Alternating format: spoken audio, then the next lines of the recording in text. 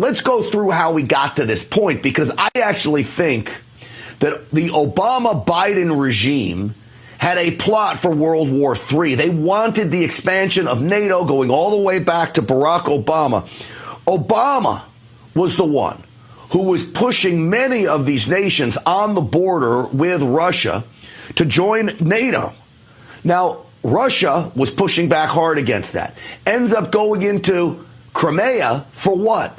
Not just because they wanted to take land, but because Ukraine was working with Obama to put a U.S. naval base down on the Black Sea in Crimea. Well, Russia couldn't be without a port in the southern area of its landmass, so it went in and took Crimea. Now, that's because Ukraine was threatening to join NATO. The United States put missiles in neighboring nations. Nobody wants that. Even though it's not 1987, we could park nuclear submarines off the coast of Russia if we wanted to. But just as you wouldn't have missiles in Canada on behalf of Russia pointed at us, or Mexico, we would go hog wild. Russia did too. So I believe once President Trump got out of office, Vladimir Putin said, you know what, I'll force Zelensky's hand to give up this NATO nonsense. We'll invade 7 days into the invasion, and I bet the mainstream media has never told you this. 7 days into the invasion of Ukraine, Vladimir Putin offered up a deal to Zelensky.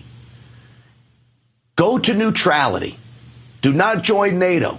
You do that, we'll sign a treaty, we'll go with a ceasefire, war over. What do you think Zelensky did? He turned it down.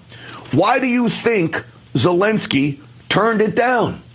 Zelensky turned it down because Victoria Nuland, part of the State Department, Antony Blinken, Secretary of State, went to Zelensky and told him to turn it down.